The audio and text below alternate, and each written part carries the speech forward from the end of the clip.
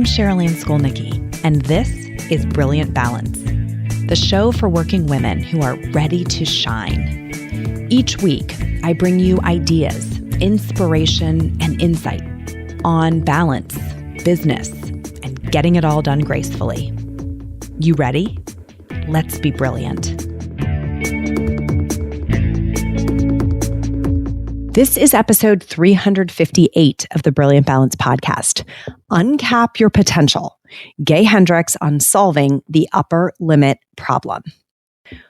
Well, you are in for a treat today, my friends. If you have been a longtime listener of this podcast, you may remember that I had the opportunity to interview Gay Hendricks, author of The Big Leap and the originator of the upper limit problem idea, a while back. Actually, it was a couple of years ago. And I was thinking about this whole concept of the upper limit problem and fondly sort of remembering my conversation with him, which I think it was in 2020.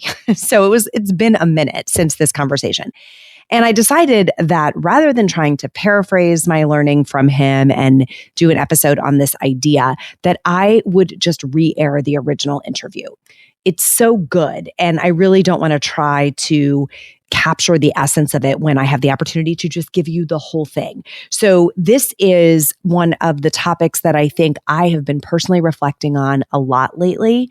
The idea of where are we self-imposing limits on our upside, on our potential, on our success, on our happiness, and what would it look like if we really uncapped that and just gave ourselves the opportunity to continuously move up and to the right, so to speak, in our lives. So without further ado, let me give you this pre-recorded interview with Gay Hendricks. Well, Gay, I am so delighted to have you on the show today. I have shared with this audience before that my purpose is to help everyone I meet stand in their brilliance and achieve their full potential. And there's nobody I would rather be talking to than you about this topic. So thank you for being here today. Thank you so much, Sherilyn. It's a real pleasure to be with you. Awesome. Your book, now you have a number of books, and we're going to talk about a couple of them today, but your book, The Big Leap, really gave me a new framework for how to live this out. And it's through the concept of the zone of genius. So I think that's another way of saying brilliance. And I'm curious through your words, like what is the zone of genius and why don't we all choose to hang out there? Great question. Well, I think it's because, first of all, we are scared in a way of our true genius, our true brilliance. And so I think many of us have to kind of go through a gateway of fear. And I talk about what those fears are in The Big Leap. But the zone of genius, your genius zone, is when you're doing things you most love to do that also are your biggest contribution to others. So it doesn't matter if you're making a genius soup or writing a genius symphony, it all comes out of the same place. I watched growing up, I grew up in a single parent family where my mom was a working professional, so I was raised somewhat more by my grandmother who lived next door. But both of them, in a way, taught me things that I didn't even get to learn later in my PhD program at Stanford, that they had they were both such practical psychologists, and I admired them so much. And one of the things that both of them, both my grandmother and my mom, impressed in me was the idea of always being yourself. And I really appreciate that advice now that I'm the age they were when they gave it to me, because inside us all, we have this place that I call genius. That's our place where you're doing what you most love to do. And lo and behold, when you find that you're doing what you most love to do, it's also a big contribution to other people or your family or the world around you. So your genius zone has another quality too. When you're in your genius zone, you actually have time in a different way. Time disappears. Yes. Do you ever remember when you were a kid where you could be playing with something and somebody would say, "Oh, it's dinner time," and you say, "What? Huh?" Who's hungry? Right. Yeah. And I'm that way with writing. Writing happens to be a big passion of mine. Just this morning, as a matter of fact, I'm I'm working on a sequel to The Big Leap called The Yay. Genius Zone. And so it's an elaboration and got different stories in it and some different tools in it. If I may go back to The Big Leap for a moment, I mentioned fears. A lot of people think when they kind of get scared of fear, but it's just another thing that's happening in another place in your body. Just like if you feel sad, you might feel cloudy in your chest or compressed or something, or if you feel angry, you might feel your shoulders tighten or the back of your neck tighten up. Well, fear has been around for millions of years, and it's designed to teach you if you're feeling under some sort of threat. And it could be a mental threat or it could be an actual physical threat. But, nowadays we don't have saber-toothed tigers chasing us around as much as they did when fear was invented way back a couple of million years back. But now we have our boss criticizing us or our mate yelling at us or something like that that brings forth those same kind of fears. With regard to the big leap, though, what allows people to take their big leap is when they can identify one of the fears that's holding them back. And some of the big ones I point to in the big leap are the fear of outshining other people. Many people have a kind of an overused, yep, I know, I think you're one of them, and I bet many of our listeners are too, because in a way it's a good thing because you want to be a compassionate person. You want to have your heart open to others. But I think many of us have learned that somehow we need to temper that and be smart about who we open our heart to.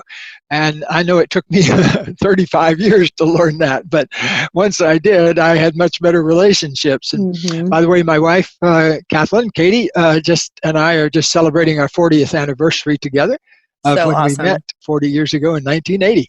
I love it. I love it. So fear of outshining is one a of them. biggie. Yeah. A second one is probably the most prevalent one, is many people carry around a fear that there's something fundamentally flawed about them or something fundamentally wrong or bad about themselves. And, these are what some of my colleagues like Tom Ferguson calls an imaginary crime, because you feel like you did some kind of crime, but you don't know exactly what it was. Yeah. And the reason is because it's not a crime. You were just doing what you were doing, but somebody else labeled it a crime. And so one thing we need to do is get out from under those kind of old fears, like the fear that there's something wrong with me or the fear of outshining.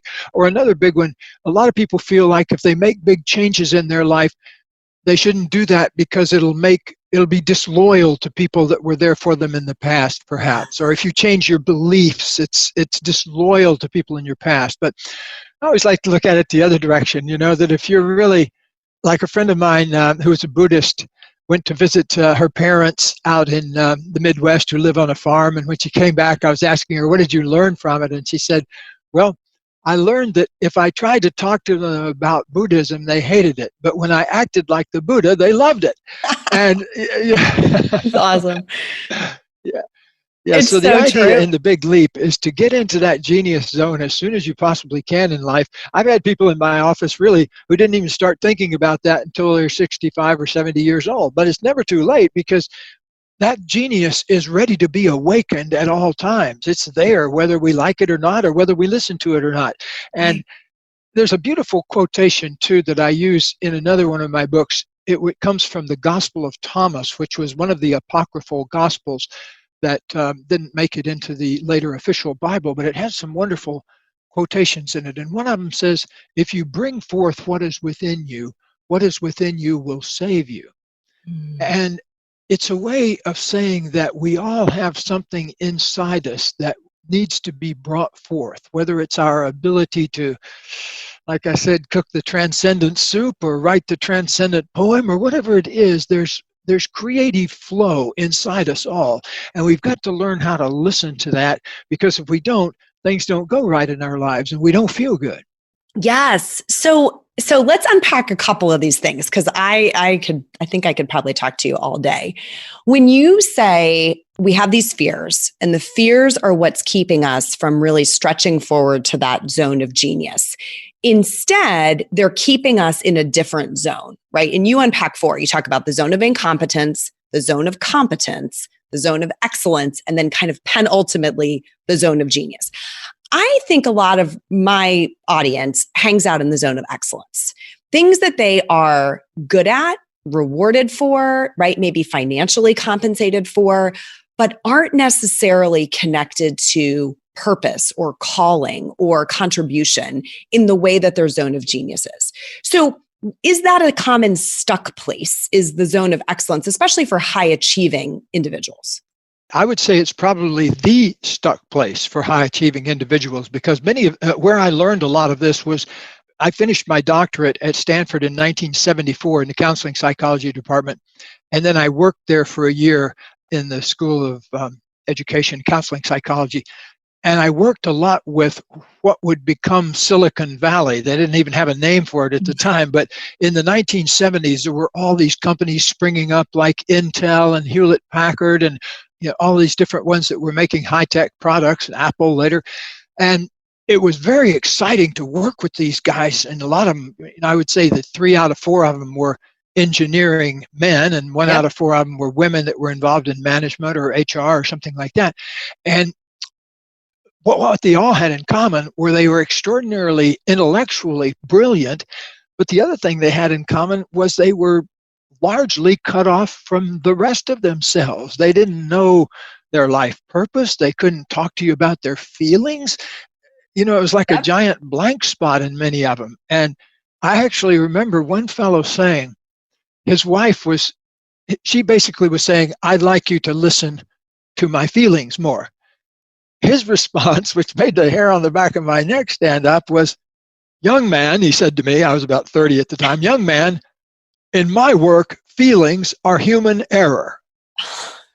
Oh, no. And so you can see, if you're starting out from that point, that, see, we're all wired the same emotionally. We all have the same wiring for fear and anger and sadness. It's been around for a long time. It was here before we were. And so we got to inherit this body that's been around for millions of years that has these reactions. So if you consider the reactions of that body all human error, that you're going to also just make everything wrong, basically, that human beings do. So that's an extreme version of it. But in a way, we all have that kind of split in ourselves between what our minds do and what our bodies and our emotions and that kind of thing does. And we need to get back into harmony within the two. Otherwise, we're going to be kind of wobbling around, split off from a large part of ourselves. So that's fascinating, because what I hear is there's an integration in the zone of genius, right? Mind, and then you're saying body and spirit are they're in heart, right? There's an integration in the zone of genius that maybe isn't there in those other zones, where you can play just out of your head and just out of like a skill set, but maybe don't have the heart connection. Well, your zone of genius is always going to be an integration, because I always say that the longest journey any human being ever makes is the 12-inch journey from their head down to their heart. And even though it's only a foot of territory, it's everything in a way, because my wife and I have seen maybe 4,500 couples now in our office here or in our seminars. And one thing that troubled relationships have in common is people don't really listen to each other. I mean, some of the most fundamental things that we need to be able to listen to in each other, things about what we want or what we're afraid of or what we're upset about, we need to listen in a generous, open-hearted way, but almost nobody ever learns the skills of how to do that until sometimes it's too late. But I can tell you that when people come out of relationships and split up, one of the main reasons they give is he or she never would listen to me. And it's astonishing that we don't teach good listening in the first grade, for example. I've actually been in schools where they did that. They had a social emotional curriculum where they did things like teach kids problem solving and how to listen and things like that, which I think is really brilliant. Many of the things I didn't get to learn until I was a PhD student are things that I could have easily learned in the first grade. Yes. So, and it's an insight I hear a lot from the women I work directly with, is the disconnects in relationships that kind of get exacerbated as you're trying to stretch toward this new level. I think we're all on that journey toward our own zone of genius. And if that starts to create a fork in the road and we're not getting back on the same page with that heart connection, it can drive divisiveness. The other thing that can drive us away from the zone of genius is our discomfort with happiness. And this, when you shared this in the Big Leap, was a radical concept to me. I had to really sit with this for a while and test it to see, do I agree? Have I experienced it? And your key question is, are you willing to feel happy or to feel good all the time? And you'd think it would be such an easy thing for people to say yes to, right? I mean, wow. But the more you sit with that question, and I would invite you listening to sit with that question, are you willing to feel good all the time? Or where maybe is your inner thermostat set? So unpack that a little bit for us. Like, why aren't we willing to? And how does this inner thermostat get in the way? Yes. Well, I think many of us get a thermostat put on our good feeling at a very early age because we've got direct, you may get excited about something and somebody says, don't get excited, or you're bouncing up and down with delight about something and people say, sit still. So there's a lot of shoulds and oughts. There was one famous study way back where they hooked little microphones around preschoolers' necks and just recorded everything that was said to them for a week. And when they analyzed it, 85% of the messages that were coming in were negative. Don't do this, quit doing that. And so that when I first saw that, I thought, wow, but my own daughter was maybe 5 or 6 years old at the time. And I realized that I too communicated to her a lot of times in don'ts and that kind of thing rather than do's. So it's a big tendency, I think, in human life to focus on the negative. So that's one thing we have to kind of get out from under. A second thing is that I think people are allergic to happiness in a way because they think there's maybe something wrong with it, or that a lot of people have told me, if I let myself really feel happy, something bad would happen. And I always trace it with them back to a time in their life when that did happen. But that was then, that might have been 58 years ago. There's no reason now. Mm-hmm. And so I think that all of us are in a constant learning experience with life around us. And I tell my students, I say, life is going to teach you either by tickling you with a feather, or if you're not paying attention, it will be happy to do it with a sledgehammer or a cream pie.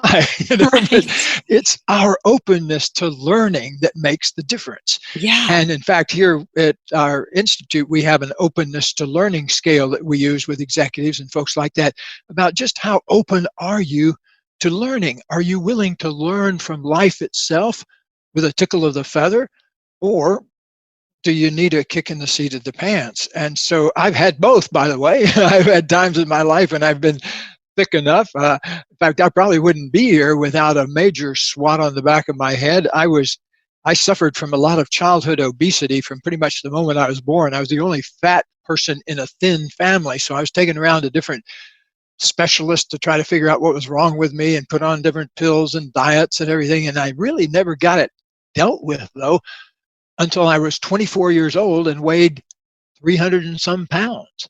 I weigh 180 pounds today. Yes. I'm 6 feet tall. And so think of me, though, with 140 extra pounds wrapped around me. And on that magic day, I slipped and fell. I didn't knock myself out, but I kind of whumped, and I lay there for a long period of time just realizing, gosh, there was a rock over here to the 6 inches from my head. What if I landed on that rock? I could have killed myself. And I had this moment of realizing who I really was. And I opened up, and I think I felt my feelings for the first time on that day, what I was angry about and scared about and all of that. And out of that, though, I rebirthed my life. And I'm so glad I did, because within a year, I'd lost more than 100 pounds and got out of the relationship I was in at the time and got out of the yucky job I was in and kind of found my life. I hope it doesn't take a whack on the back like that from most people. I hope most of us can learn with the tickle of a feather, but I suspect some of you folks in the audience have had a whack or two in your life like I have. Yes. I mean, what a compelling story. right? That wake up call moment. But what the thing that struck me about what you said was I maybe felt my feelings for the first time in that experience. And that as a gateway to unlocking the next level is so authentic to the work that you've shared through your writing, right? That notion of connecting deeply, that integration of feelings with thought gets you, that's the unlocking to that next level of life. Because if our capacity for or our threshold for joy and happiness and goodness and abundance is set, if there's a set point, something has to shake it to reset that thermostat, right? And can we do that consciously, Gay? Can we just decide to increase our threshold and capacity?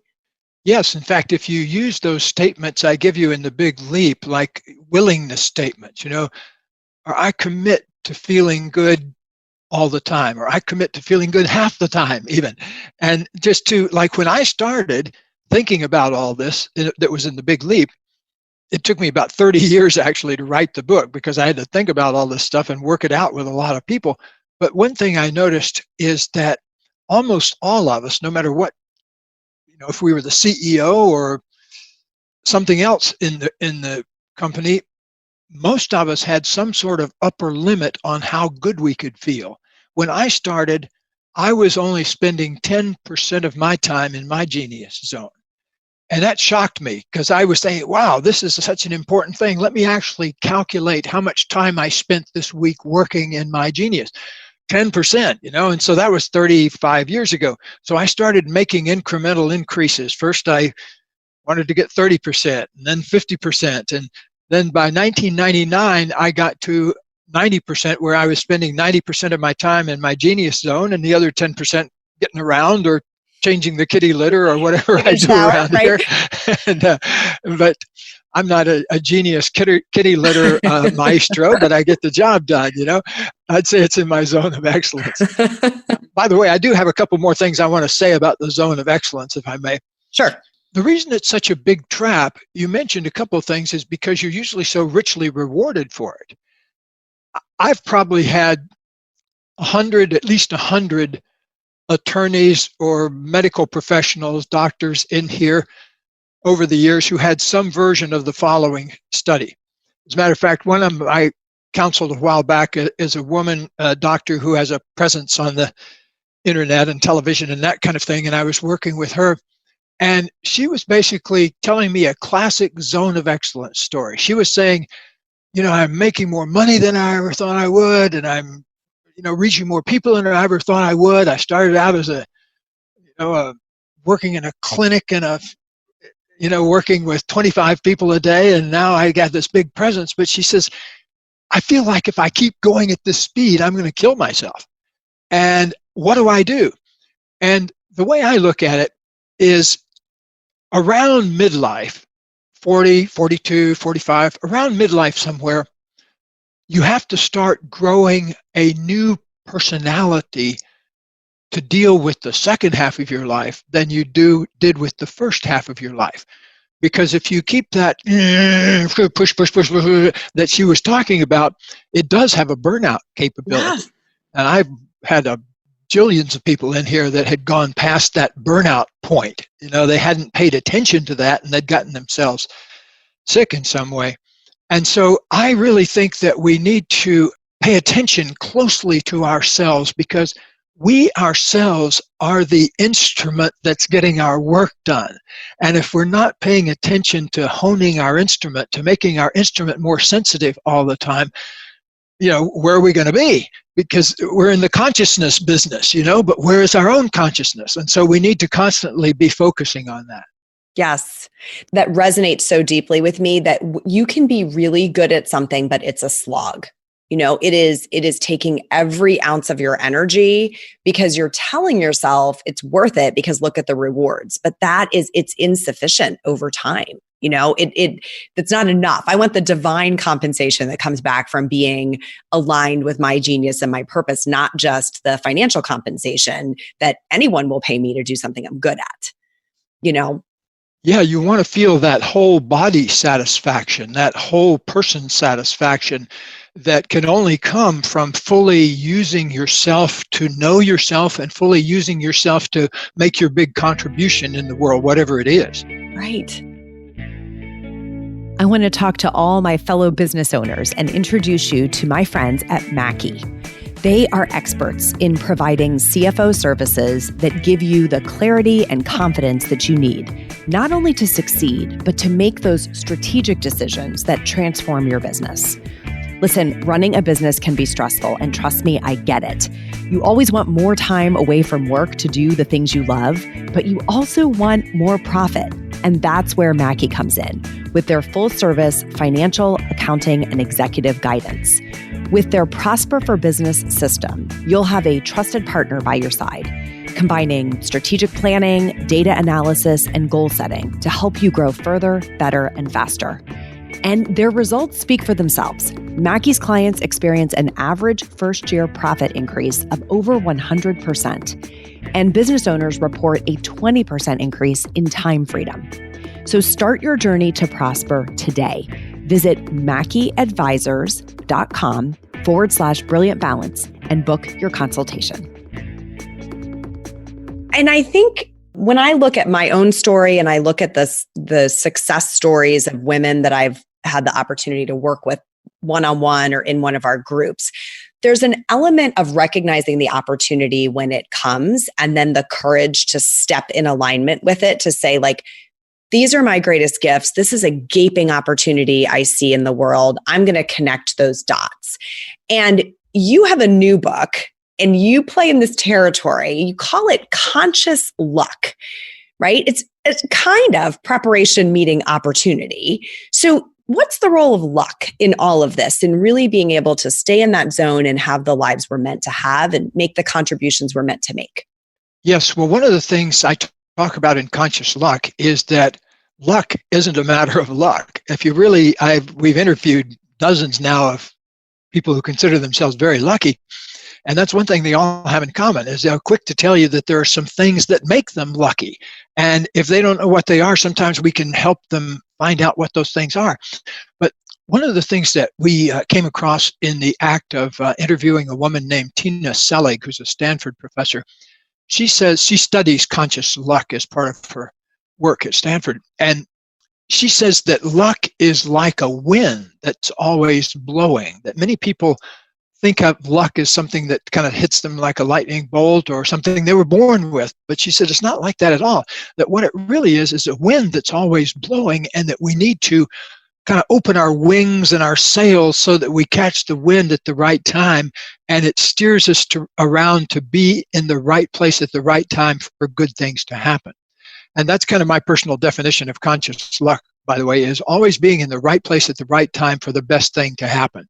I've had so many instances in my life. A lot of them I talk about in conscious luck, but I think we're always given these opportunities. It's just like the shifting of the wind. The day my wife and I got married, we had a public wedding ceremony, but we had a private one up on the top of a mountain in Colorado. And as we were saying our vows to each other, Katie said, "Oh, look up." And there was a hawk circling around in a spiral above our heads. And as we said our vows to each other, at the end of them, I looked up again, and there were two hawks circling around. And it was just like a blessing of our vows. And they kept circling around until they basically disappeared so high we saw them only as tiny dots. But it left such a big impression on me that in one of my books, I talk about the genius spiral. And part of opening up to your genius is claiming your good luck, opening up to the possibility that your life could get luckier and luckier. And what we found, Carol, my co-author, and I, we found in interviewing a lot of people that there were these 8 different things that they did that made them luckier. And we just kind of lay out what those things are. And they're really cool, simple things. Like almost everybody that we talked to who is lucky had a moment in their lives where they kind of took charge of their own luck. They said, okay, I want to be one of the lucky ones. And I tell the story in the book of this thing that happened to me when I was 14 even, when I was at a movie theater, and this kid next to me, they were going to have a drawing. And he said, watch this, I'm going to win a prize. And sure enough, they drew 3 tickets out of a goldfish bowl. There was 250 of us in the audience. He won the top prize, a wristwatch. And I asked him afterwards, how did you do that? And he said, I always win stuff like that. He said, I just decided one day that I was going to be one of the lucky ones. That's his word, one of the lucky ones.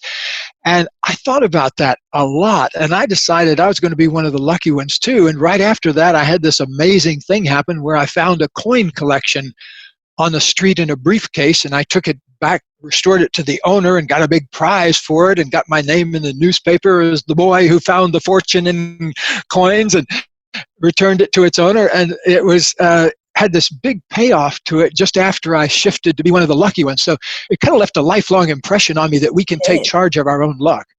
I bet that I wonder if those solidifying experiences, like you make the decision and then kind of it works, help anchor into, oh my goodness, I think there's actually something to this. The consciousness, the conscious decision to be lucky, be a winner, have good things happen gets reinforced early, and then it's kind of makes it stick. Is that in the research?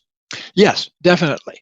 And also toward the end of the book too, we talk about how to kind of see it as an ongoing activity of always adjusting your sails so that you catch the wind directly. Interestingly enough, I'd be interested to find out if your audience has found this true too, is that in many cases, gratitude is a path to luck. That being grateful in this moment for what you have opens you up more to good fortune in the future. Many of the people that we interviewed in the book, and I feel this way in my own life, feel like gratitude is one of the main gateways to open ourselves to good fortune. And the nice thing is you can do it even if you're sitting in a traffic jam. You can sit there and in your traffic jam, be grateful for what's going on. I remember getting a call from a colleague of mine one day when I was stuck in LA traffic, and he jokes about this with me to this day because he asked me how I was doing, and I said, I'm in the Zen monastery of an LA traffic jam. That's lovely. I used to have an office down there, and I would drive down 2 or 3 times a week. And so I was a kind of a connoisseur of how to be in an LA traffic jam. Now I stay at home mostly up here in Ojai, 90 minutes away from LA, so I don't get into it as much as I used to. I love it. What it makes me think of, I had this realization a number of years ago as a parent. My 3 children are 16, almost 13, and 10, almost 16, 13, and 10. And they are such a lesson in how some of these principles play out. So I was thinking about, if my child is grateful for the toys they've already gotten, how much more willing I am as a parent to give them the next one. Right? Because they're appreciative, and there's this sense of they get it, and there's no entitlement, and there's this joyful exchange, right? Of you were given something, and look at how grateful and appreciative you are, and you're not actually like out scamming for the next thing, right? And I see this gratitude practice very similarly in my own life of, well, why would more come my way if I'm not already grateful for what I do have? So it's such an interesting metaphor or analogy for me that I always seem to see these examples through parenting of the kind of greater principles of the universe at play. Yes, definitely. I think that our children mirror to us the lessons. I know that my daughter always mirrored back to me lessons that I needed to learn myself that enabled me to help her learn hers more at different stages of her life. And I think also that at Harvard, Gordon Allport, a professor at Harvard, used to say that every psychologist needed a child and a dog. It's probably true. The child is for seeing your unconscious in daily life, and the dog is to love you anyway. Unconditionally, yes. Oh, that's awesome. Especially as a new dog owner, that makes me very happy to hear. So these concepts of luck, the way that we condition ourselves to have more luck, ultimately, I would think, kind of work symbiotically to help us achieve our zone of genius and kind of stay in that, having the life of happiness and joy and abundance that we deserve. Yes, they work together. Awesome. Yes. One of the first things we do here when people come in for an intensive is we invite them to go in a room for 10 minutes by themselves and meditate on a series of what we call wonder questions here. A wonder question is a question that you really don't know the answer to, and the answer to it would change your life. So that's the definition of a wonder question. And so we invite people to just sit quietly and wonder about questions like, what do I most love to do? So spend 10 minutes wondering about just that one question and repeating it over and over. What do I most love to do? We always invite people to start a wonder question with a because a hum integrates the two sides of your brain. When you're humming, your left and your right hemisphere are in conversation. So start in a place of integration. What do I need to do now so that this impasse in my relationships can be cleared up? What do I need to feel in myself that would allow me to feel good more of the time? So questions that have a big outcome to them. And so one of the biggest ones we always invite people to work on is this question of, what is it that you most love to do? Because if you think about, like even in your work, if you assess all the minutes and days and hours of your work, what about that is what you most love to do? I was once coaching the president of Dell Computer at the time, about 25 years ago, and really bright gentleman named Kevin. And I asked him to go through that. And once you start identifying it, you realize, wow, I could be doing this thing I love to do more in my work, but I get lost in X, Y, and Z. And, one thing he told me always stuck in my mind. He said that a lot of running a business is just plain boring. Yes. And I'd never allowed myself to say that or think it, but it's true. Yeah. And so I think to avoid boredom, we often create dramas around us just to not have the boredom. But anyway, I think that one thing that I invite people to do and that people do when they come here with intensives is to find more and more things they love to do and just do them more and more. Because to reinvent your life, you don't have to quit your job and sail away in a sailboat to Tahiti and live on coconuts or anything like that. What you need to do is 10 minutes a day of innovation in your life. 10 minutes a day of doing your genius every day. That will lead to 20 minutes a day. That will lead to 30 minutes a day. So grow it incrementally. That's the way it's done. You don't go to a gym the first day you join and do 600 pull-ups. You work it up. And so that's what I recommend people to do. Take the slow and easy approach rather than the lightning bolt approach. Oh, so wise, because it's so easy to get shut down and end up in overwhelm when we try to change too much, or we never start because it feels like this impossible hill to climb. So helpful, Gay. I think everything you've shared today about the big leap, about the zone of genius, the upper limit problem and how to get through it, conscious luck. These are such important concepts. New one for me was the wonder questions. I'll be playing with that for days. So I really love everything that you've shared. Do you have time for a quick speed round of questions? Oh, absolutely. I've been looking forward to it. I deliberately asked you not to tell me what it was all about so I could have it for the first time. Always my favorite, pure spontaneity. So there are 5 and we will get these through and then we'll make sure people know how to find you and your work online. Okay. First question is, what makes you feel brilliant? Great question. I feel brilliant at this moment because I spent 2.5 hours before we started talking this morning. I woke up at 4:30, which is my usual time of waking up, just naturally. I don't have an alarm clock. But since 4:30 this morning, I've been working on basically 3 pages of writing that I've been trying to polish, and I've been polishing it all week. And so I basically finished it this morning, and I'm in the glow of fresh creation. I just took it in a little while ago to my wife to read, and so that's one thing that really turns me on, is being in a creative project and then bringing it successfully to completion. That's delicious. Love it. What's your favorite time-saving or productivity hack? One thing I do, I don't know if this is good, bad, or what, but I always do the thing I least want to do first. If I have a to-do list of 5 things on it, I carefully think through which one of these do I dread doing the most, and then I get that one out of the way first. And that's just my technique of doing it. I don't make a long list. when I worked with Michael Dell down and his team down at Dell Computer, I got very much inspired. Michael always carried this little 3x5 card in his pocket with his schedule on it. So he didn't have, his secretary would give it to him, and then he would just look and see, what am I doing at 10 o'clock, and put it back in. It was just so easy, or what do I need to do next? It was just right there. And so I started doing something similar in my own life. At the time, I figured, heck, a person who's worth a few $billion might have a few things to teach me. And so I learned that long last, the art simply of making a simple to-do list of what I had to do and what I needed to do, what I wanted to do, the calls I needed to make. It takes me about 2 minutes to do it, but then it saves me a tremendous amount of time.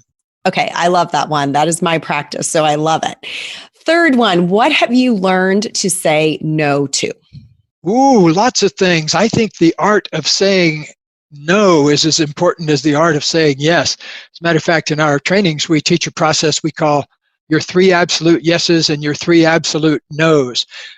So I say no nowadays to people who clearly are not interested in opening up their zone of genius. That's my specialty. That's who I work with. And so I put people through sort of a rigorous process to get here, to make sure that they're really interested in the same kinds of things that I'm interested in.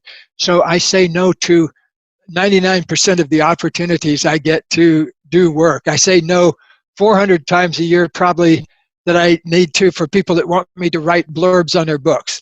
God bless them, but if I wrote 400 blurbs a year, I wouldn't have time to write my own books. Right. And so I'm pretty stingy about my time in that regard. I say no also to just generally, I don't spend a lot of time around people that I need to convince about anything at this stage of the game. Maybe 40 years ago, I was desperately interested in convincing my mother that of things, she lived in the South, and the very racist society and everything, and I used to argue with her about all that kind of stuff. But no, I still want to be in the vibrational field of that kind of conflict anymore. So I've got a circle of people that I know and love that I like to send things around to read that I'm working on and that kind of thing. So I'm surrounded by many, many people that I appreciate and love. I always tell people that your social life needs to be no bigger than 4 or 5 people whose faces light up when you walk in the room. And so I say you don't need 400 friends. You need 4 that make your face light up. Oh, it's your high vibe tribe, your circle. What is a dream that you're chasing today? My main dream is we're building toward a $20 million endowment in our nonprofit foundation. Katie and I have been very blessed financially, and we seeded our foundation with a couple of $1 million of money, and now we've invited other people to join us. And we've done lots of things. We fund lots of research projects on loving and living. We fund movies. We fund scholarships for people that want to do various interesting things in the world. And so we do lots of good works with it, and we are spending the money in very creative ways. So that's one thing I'm really working on and opening up to. I'd say I've accomplished everything I really want to accomplish in the material world, and quite a long time ago. And so now it's important for me just to keep my creative juices flowing in various ways and do what I can. I do a little bit of mentoring with particularly young women entrepreneurs. I have one, as a matter of fact, who just made People magazine this week. I'm very proud of her, Susie Batiste. She invented a thing called Poopery and has a big company. She's my prize pupil of the week here. But I have other entrepreneurs that I coach, a lot of women in their 30s, 40s, and 50s that and a couple of men too. But I grew up in a family of all women, and my father was dead.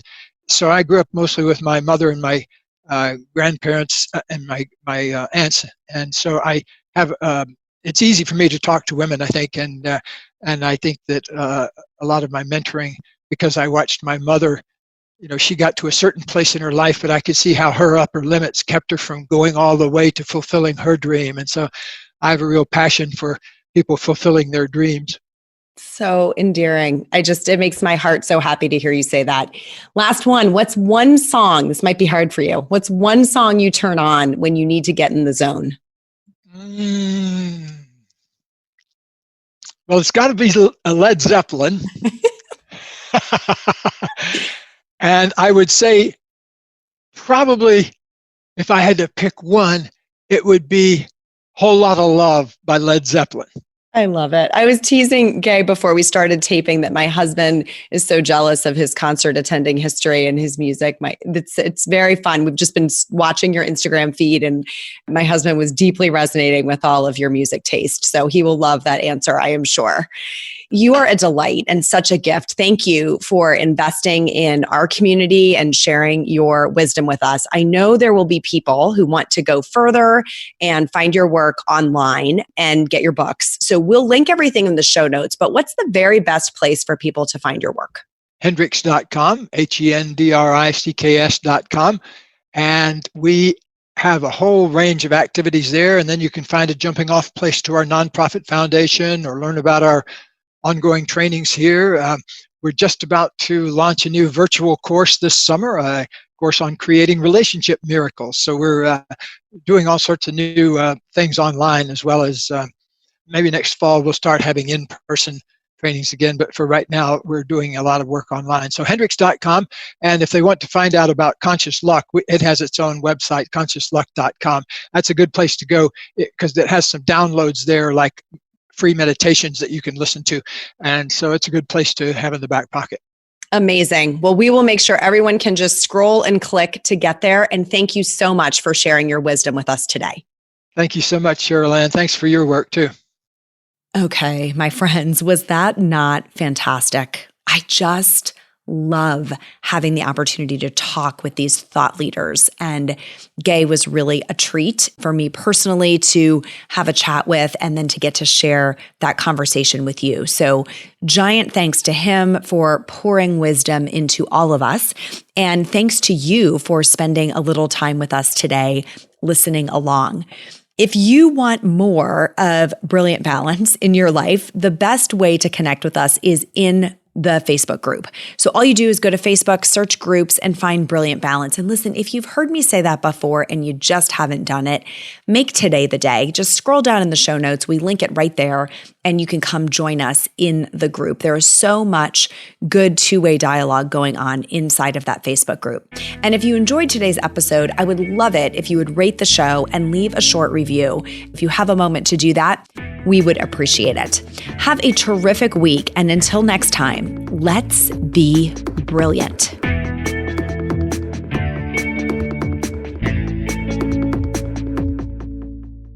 This is thepodcastfactory.com.